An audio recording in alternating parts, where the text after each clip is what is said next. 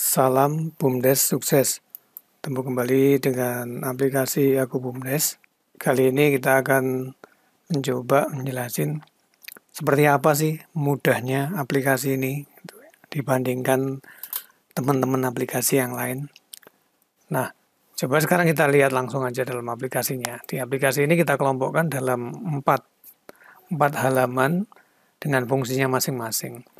Jadi ada halaman pertama itu halaman admin, yaitu di mana yang bisa mengakses admin BUMDes, pengawas, atau mungkin kepala desa, mau ngecek seperti apa perkembangannya juga bisa di situ.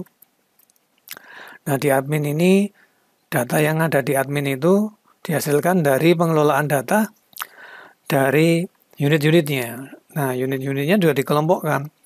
Nah, ada kelompok perdagangan, produksi, dan budidaya dalam satu halaman. Kemudian ada juga kelompok-kelompok yang basisnya jasa, pelayanan jasa gitu. Dan juga di dalam halaman kelompok keuangan, layanan keuangan ya. Nah, itu semua mempermudah ya. Nah, seperti apa? Kita bisa lihat. Nih, pertama kita lihat dulu di admin. Nah, di admin ini kita bisa menyeting bagi hasil, user. Nah, kita bisa melihat nih di neraca. Neraca itu berdasarkan tanggal ya, kita lihat. Nah, ini neraca akumulasi dari awal sampai akhir ya. Nah, ini ada di kas, ada masing-masing kasnya ada berapa, terus apa namanya itu total aktifannya, total hutangnya, kemudian total modalnya. Ini semua akan apa namanya terdata dari kelompok unit-unit yang ada tadi. Nah, misalnya di kelompok perdagangan sendiri, keuangan sendiri, jasa sendiri, nanti akan jadi satu di sini. Datanya akan masuk jadi satu terintegrasi. Atau kalau mau per unit juga bisa nanti dicetak per unitnya. Tapi ini sudah langsung terintegrasi jadi satu. Jika penggunaannya dalam satu laptop atau terkoneksi dalam jaringan, ya misalnya jaringan lokal gitu, atau yang bisa juga dengan online. Nah, aplikasinya kita online kan juga bisa. Kalau offline, kita bisa terintegrasi jika dalam satu komputer atau digunakan dalam jaringan dengan kabel atau dengan wifi gitu ya. Atau juga terintegrasi melalui jaringan internet.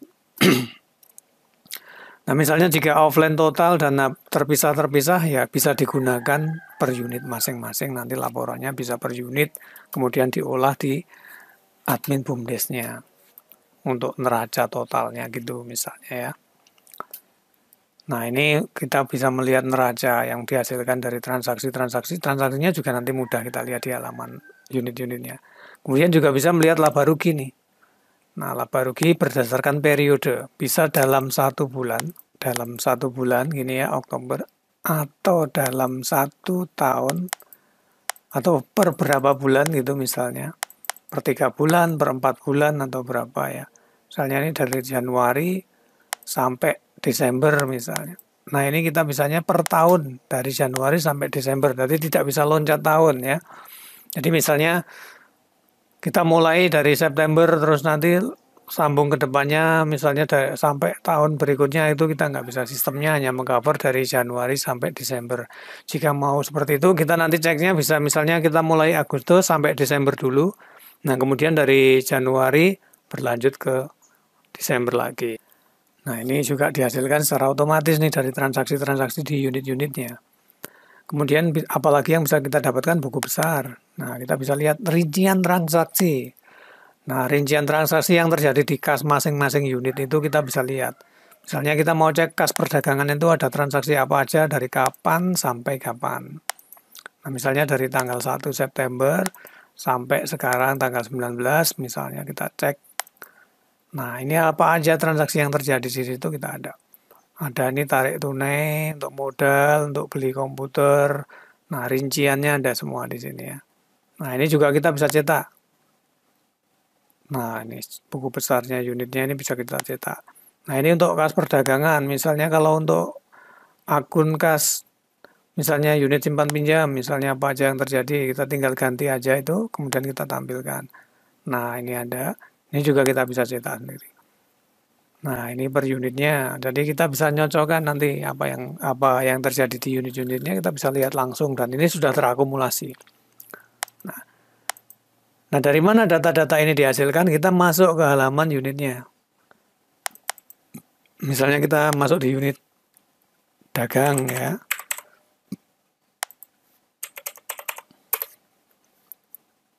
Nah, kalau unit dagang ini transaksinya ada di kas masuk, kas keluar, kemudian juga nanti ada dari pembelian dan penjualan. Nah, ini otomatis. Mudahnya bagaimana? Kalau kas masuk, kas keluar itu gimana? Tinggal gini, kas masuk, langkahnya cukup mudah nih. Klik kas masuk ya. Ini uang masuk gitu. Klik tambah, isikan tanggalnya, kemudian dimasukkan kemana? Nah, dimasukkan misalnya ke kas unit perdagangan. Kemudian klik tambah lagi, ini dari mana sumbernya atau sebagai apa? Misalnya sebagai modal. Ya, ini sebagai modal BUMDes misalnya terima dana dari mana gitu ya. Misalnya berapa 10 juta. Nah, gini ya. Jadi ini bisa sebagai modal dari luar gitu sebagai modal atau masuk dari luar juga sebagai pendapatan. Dari pendapatan apa gitu ya. Misalnya ini yang dari modal masuknya sebagai modal nih, kas masuk sebagai modal ditambah. Misalnya kalau ini udah kita tinggal simpan. Misalnya ada lagi dari pendapatan ya tinggal diklik tambah tanggal berapa, masuk kemana, ya masuk ke kas ini, kemudian tambah didapat dari mana, masuk kemana gitu ya, pendapatan. Nah misalnya kita dari pendapatan lain-lain, nah, misalnya penjualan apa gitu ya misalnya. Nilainya berapa, 1 juta lagi. Nah kemudian klik tambah, kemudian simpan. Nah, seperti itu. Hanya seperti itu. Kemudian kas keluar juga sama, tinggal pencet kas keluar. Nah, klik tambah, isikan tanggalnya, diambil uang itu dari mana. Nah ya, diambilkan dari kas misalnya, kas unit itu. Kemudian tambahkan, digunakan untuk apa? Misalnya inventaris ya, kita tulis inventaris. Nah, gitu ya, tarik. Nah, misalnya ini beli laptop, beli printer misalnya atau apa. Berapa harganya? Misalnya 3 juta. Nah, 3 juta tambahkan. Kemudian misalnya ada lagi kita nggak perlu ngulang dari kas keluar ini, cukup klik tambah ini kalau ada lagi. Kita cari misalnya sekarang tadi udah beli laptop, sekarang jadi beban misalnya. Cari beban apa, misalnya beban transportasi, cari di sini beban transportasi operasional gini ya, misalnya kita klik, ini misalnya transport, jumlahnya berapa, misalnya 100.000. Nah, kemudian klik tambahkan. Nah, seperti itu aja. Kemudian kita simpan. Nah, ini nanti akan otomatis nanti menghasilkan. Nah, misalnya ada pembelian, kita cukup klik pembelian. Setelah kita buat daftar stok-stoknya itu di aplikasi dalam video-video yang lain sudah dijelaskan caranya. Nah, kita nanti daftar stok, kita mau nyetok pelanggan kita nyetok pelanggan. Kita tuliskan data pelanggan, kita inputkan data supplier, kemudian kita inputkan daftar stok, kemudian penyesuaian stoknya untuk harganya itu, kemudian kita melakukan transaksi penjualan, pembelian akan otomatis. Nah, jika kita misalnya transaksi penjualan, siapa yang beli gitu, ini bisa dicetak. Kita bisa cek ini, misalnya apa aja yang dibeli. Nah, ini barang dagangan, jumlahnya 100, harga pokoknya 15.000, berarti sekian. Nah, ini bisa dicetak, ini diklik aja, kemudian klik cetak. Nah, ini kita sudah bisa mendapatkan notanya. Jadi kita nggak usah pesen nota, nggak usah cetak nota gitu, nggak usah, kita langsung aja di print, kemudian kita stempel gitu ya. Misalnya konsumennya membutuhkan nota. Nah, kemudian dari situ, dari transaksi-transaksi tersebut kita langsung bisa tahu ini apa stok barangnya. Kita punya stok barang ada berapa sih? Nah, tanggal 19 misalnya kita tampilkan. Nah, ini kita punya stok totalnya 1080 piece misalnya. Ini jumlahnya harganya 10.000, totalnya sekian. Nah, gitu ya. Ini bisa dicetak nih daftar stoknya kalau kita mau ngecek gitu. Terus kemudian mutasi barang ya, keluar masuknya barang, stok masuk, hari ini masuknya apa aja gitu bisa. Nah, ini buku besar sama dengan yang tadi itu. Yang di depan tuh kita mau ngecek akun apa dari kapan sampai kapan. Misalnya ini kas unit perdagangan. Kita cek dari tanggal 1 sampai dengan tanggal 19, tampilkan nih transaksinya. Ya. Kemudian ini juga bisa kita cetak. Nah, ini buku besarnya untuk kas unit perdagangannya. Jadi apa namanya tuh rincian penggunaan dari kas tersebut. Kita tahu keluar masuknya uang tuh apa aja di sini. Nah, kemudian ini buku bantu hutang itu untuk ngecek ya, misalnya kita punya utang berapa gitu ya. Misalnya, nah ini kita utang ke toko grosir misalnya dari kapan sampai kapan udah masih berapa utangnya. Nah, kita masih punya utang 2 juta. Misalnya dari awal kapan gitu misalnya. Nah, ini jadi kita tanggal 24 bulan 9 tahun 2020 kita punya utang pembelian 2 juta ini belum kita bayarkan. Nah, kemudian buku bantu piutang ini sama.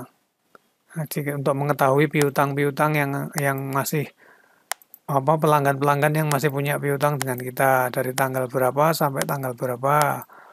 Nah, ini ada nih piutang penjualan, nomor fakturnya sekian, total penjualannya 1,5 juta, baru dibayarkan untuk bukti piutangnya BPP 01 ini 500.000, ya, rinciannya seperti itu.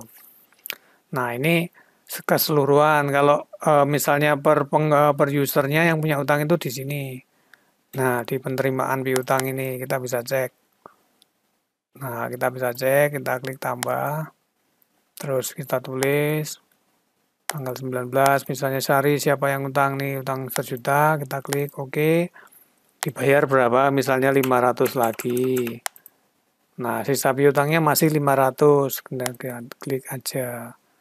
Nah, ini sudah diketahui rincian utangnya. Ya, seperti itu ya. Ini untuk buku bantu piutang. Nah, misalnya kalau kita mau ngecek utangnya masih berapa aja nih pelanggan ini, kita klik. Kemudian dari tanggal berapa sampai berapa. Nah, dia sudah nyicil berapa kali. Nah, ini kita cetak. Nah, ini pelanggan 01 nih udah dia hutangnya 1,5 juta, sudah bayar 500, sudah bayar lagi 500. Ya, seperti itu. Berarti totalnya tinggal 500.000. Nih, ya, seperti itu. Ini sudah kita dapatkan secara otomatis. Kemudian kita bisa cek buku bantu bagi hasil. Jika kita sudah melakukan bagi hasil ini, nah ini akan bisa dicek di sini nanti. Nah, bagi hasilnya gimana? Kita mudah. Nah, kita klik bagi hasil. Nah, untuk mengetahui bagi hasil ini mudahnya kayak gitu. Tambah, kemudian kita cek sampai tanggal berapa. Misalnya sampai tanggal 19 kita cek untuk bulan ini. Nah, kita punya hasil 1.415.000 nih labanya. Jadi yang dibagi hasil ini adalah laba bersih setelah dikurangi beban-beban. Nah, gitu ya. Nah, kemudian tinggal klik aja, klik bagi hasil. Nah, seperti ini akan otomatis terbagi. Yang tadi sudah kita setting di admin. Misalnya untuk penambahan modal 60%, totalnya sudah ada nih 849. Kemudian untuk store PAD 424 sekian 30%-nya. Kemudian untuk dana cadangan sekian 10%. Nah, secara otomatis simpan. Nanti dibayarkan akan muncul di situ. Nah, seperti itu ya. Nah, kemudian kita juga untuk neraca saldo, kita bisa ngecek neraca saldo. Nah, neraca saldo itu kas masuk, kas keluarnya, total apa namanya ya, perputaran uangnya itu ya. Ini di neraca saldo. Kemudian kita bisa cek neraca, ini yang paling penting nih. Aktiva pasifanya. Jadi kita punya aset, punya uang modal berapa, terus sekarang sudah tambah jadi berapa, kita punya apa aja. Wah, kurang lebih seperti itu. Ini klik, tampilkan. Ini berdasarkan tanggal, jadi kita nggak usah bingung pindah kas dari bulan kemarin dipindah saldo awalnya di bulan ini, nggak perlu. Kita tinggal langsung isikan aja. itu ya. Nah, ini kita sudah dapatkan, kita bisa tampilkan. Ini sudah tampil, kemudian bisa dicetak ini neracanya. Nah, bagaimana cara membaca neraca sudah pernah dijelaskan di video yang sebelumnya. Monggo dicari aja. Nah, nanti bisa ditonton sampai selesai, terus syukur-syukur di like dan subscribe. Nah, ini seperti ini ya. Ini ada neraca-neracanya, total hutangnya berapa, kemudian punya laba berapa, ya, totalnya modal ditambah laba, itu menjadi kekayaan kita, modal kita, kemudian itu digunakan itu berwujud apa aja. Nah, seperti itu ya. Nah, ini neraca. Kita juga bisa cek laba rugi. Cukup masukkan tanggal laba rugi seperti tadi ya, misalnya kita dalam 1 bulan tanggal 1 sampai tanggal 30 misalnya tampilkan. Nah, ini kita sudah punya nih pendapatan penjualan, terus dari pendapatan non operasional kita punya lagi pendapatan penjualan 1.800.000, terus dari pendapatan bunga bank itu kita punya 1 juta, pendapatan bunga bank, pendapatan lain-lain tadi 1 juta, totalnya 2.800.000. Terus HPP kita harga pokok pembeliannya 1.200.000, total laba kotornya 1.600.000 dikurangi beban-beban. Nah, gitu ya. Nah, ini laba bersih ini, laba bersih di bulan ini 1.415.000 inilah nanti yang akan dibagi dengan bagi hasil ini, dengan menu bagi hasil ini. Nah, oke, ini yang untuk halaman perdagangan. Kalau untuk halaman jasa ya kita tinggal keluar, masuk ke halaman jasa. Passwordnya. Nah, ini transaksinya juga kurang lebih sama. Ada kas masuk, kas keluar, jurnal. Terus ini ada jenis penerimaannya apa aja gitu ya. Nah, ini kita sudah settingkan misalnya mau bikin jenis penerimaan apa aja, tulis gitu. Nah, sudah pernah dibahas juga di video-video yang lainnya. Nanti keuntungan kita sama nih juga ada buku besar, buku bantu bagi hasil, neraca saldo, neraca dan neraca laba rugi per unitnya. Juga secara otomatis kayak tadi. Kemudian ini yang unit jasa, persewaan dan wisata bisa di sini. Kemudian kita klik keluar lagi. Nah, kita masuk ke simpan pinjam misalnya. Passwordnya. Nah, ini juga kita menu-menunya hampir sama. Kas masuk, kas keluar caranya sama. Nah, kemudian di sini kalau di unit simpan pinjam kita masukkan dulu data nasabahnya. Nah, ini data nasabahnya ada data KK yang dibutuhkan, terus data nasabah. Nah, tinggal diisi aja. Nah, ini lebih baik kita data seluruh penduduk desa itu kita data semua juga bisa. Nanti pas minjem tinggal nyari aja. Masukkan nomor KTP-nya udah nanti langsung ketemu. Ya, ini kita sudah inputkan, misalnya ini data KK, nomor KK-nya sekian, anggota keluarganya ada siapa saja, kemudian data nasabah bisa dibuat setelah KK-nya dibuat dulu ya, kita siapkan data KK-nya. Nah, ini misalnya kita bikin, tambah, kita isikan semua, nah ini sudah ada nasabahnya, kemudian kita bisa lihat, misalnya cek, oh ini orangnya, nah gitu ya. Nah, seperti itu. Alamatnya mana ada semua di sini. Nah, kemudian setelah ada data nasabahnya, kita bisa melakukan penyaluran pinjaman. Nah, seperti ini. Kemudian setelah nyalurin pinjaman, ini kita bisa cetak nih, cetak buku pinjaman. Nah, ini misalnya badan usaha mana, kemudian kartu cicilan, nomor kontraknya sekian, namanya siapa, nomor KTP-nya ini, dia alokasi pinjamannya berapa, tanggal cairnya berapa, tanggal cairnya kapan, jatuh temponya setiap tanggal berapa, setoran per bulannya berapa gitu ya. Nih nanti bisa ditulis, bisa manual, bisa ini di sini.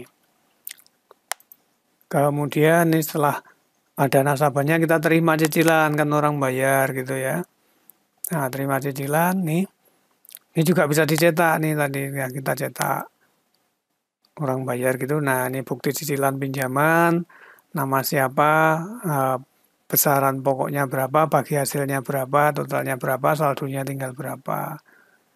Nah, caranya juga mudah, tinggal klik tambah, isikan tanggalnya, kemudian cari Nah, misalnya kita nggak tahu ini datanya banyak, tinggal tulis di sini, tulis nama atau nomor kontraknya, tinggal ditulis saja, terus kemudian dicari, nanti keluar, kemudian kita klik, kemudian kita oke.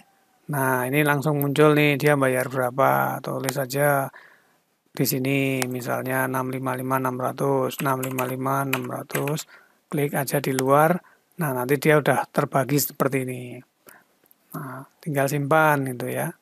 Nah, kemudian kalau sudah simpan dicetak seperti ini tadi. Nah, cicilan keberapa. Nah, kemudian riwayat cicilan, kita misalnya mau ngecek orangnya ya, misalnya kapan, cari aja nomornya di sini, kemudian oke, kemudian tampilkan, ini sudah ada, kemudian ini bisa dicetak. Nah, ini cicilan ke-1, nah seperti itu ya. Cicilan keduanya kapan, ketiga kapan, di situ ada semua di sini nanti. Nah, kemudian kita bisa lihat juga perkembangan pinjamannya, LPP, ya, laporan perkembangannya, kita gimana modalnya, simpan pinjamnya, kegiatan kredit ini, peminjaman ini, kita lihat tanggal berapa, kita tampilkan di sini. Nah, ini kita totalnya, kita punya nasabahnya siapa, alokasi pinjamannya berapa, tanggal realisasinya kapan, lamanya atau periodenya itu berapa, tenornya berapa, bagi hasilnya berapa, terus cicilan ke berapa, ini targetnya, pokoknya berapa, bagi hasil berapa, realisasinya berapa, realisasi sampai bulan ini berapa, ini semuanya ada. Ini juga bisa kita cetak LPP-nya. Nah, ini LPP bisa dilampirkan di laporan ya. Ini laporan perkembangan pinjaman unit pelayanan keuangan, ini nasabahnya saya contohkan 1. Nah, seperti itu ya. Kemudian bisa juga nih tabungan, kita juga bisa. Kita misalnya buka rekening, tabungan, tinggal tambah, tuliskan aja di sini. Kemudian kalau sudah jadi, sudah ada, sudah disimpan, ini bisa dicetak. Nah, kita bisa punya buku seperti ini.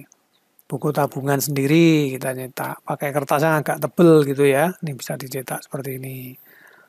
Nah, kemudian jika misalnya deposit, nih kita terima deposit, orang nabung ya. Ya kalau nggak tulis deposit atau menabung gitu atau apa ya. Nah, misalnya ini sudah nabung, kita klik cetak. Nah, ini bukti tabungan nih, slip setoran tabungan, nama contoh berapa, yang menerima siapa. Nah, seperti itu ya. Ini udah jadi nota sendiri. Ini juga kita bisa lihat perkembangan daftar tabungannya itu ada siapa aja, ada berapa, dari siapa aja.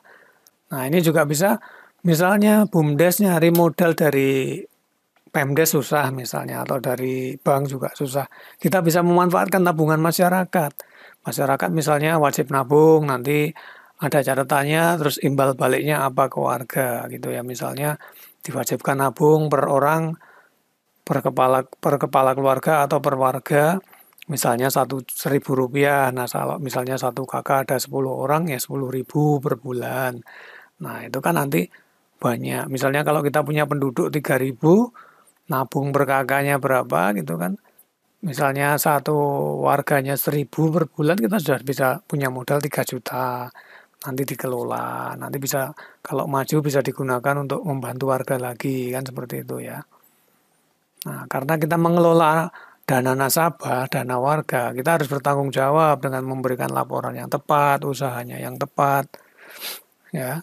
Jangan sampai nanti warganya ikut rugi. Nah, ini kalau kita bergerak di bidang simpan pinjam, lebih baiknya kita didaftarkan usahanya ini, agar nanti dapat bantuan dari OJK, dapat bantuan dari misalnya lembaga-lembaga terkait kan gitu ya, didaftarkan. Dan nanti kita mengikuti aturan-aturannya. Kita harus punya modal berapa gitu. Misalnya nanti ada aturan-aturannya. Ya. Jadi nanti unit BUMDesnya ini bisa memiliki badan hukum sebagai unit pengelola keuangan resmi ya. Tuh, ini kita bisa laporan perkembangan tabungannya kita bisa cetak ya. Nah, ini siapa aja yang nabung, jumlahnya berapa, nih ada. Nah, seperti itu. Kemudian di laporannya nanti kita juga bisa mendapatkan nih buku besar ada berapa, neraca dan lain sebagainya. Ini ada caranya juga sama dengan tadi. Nah ini kita bisa lihat misalnya, nah kita punya modal berapa, kas tunainya, terus uang yang ada masih dipinjamkan di nasabah itu ada berapa, kemudian kita memiliki tabungan ada berapa, terus memiliki laba berapa.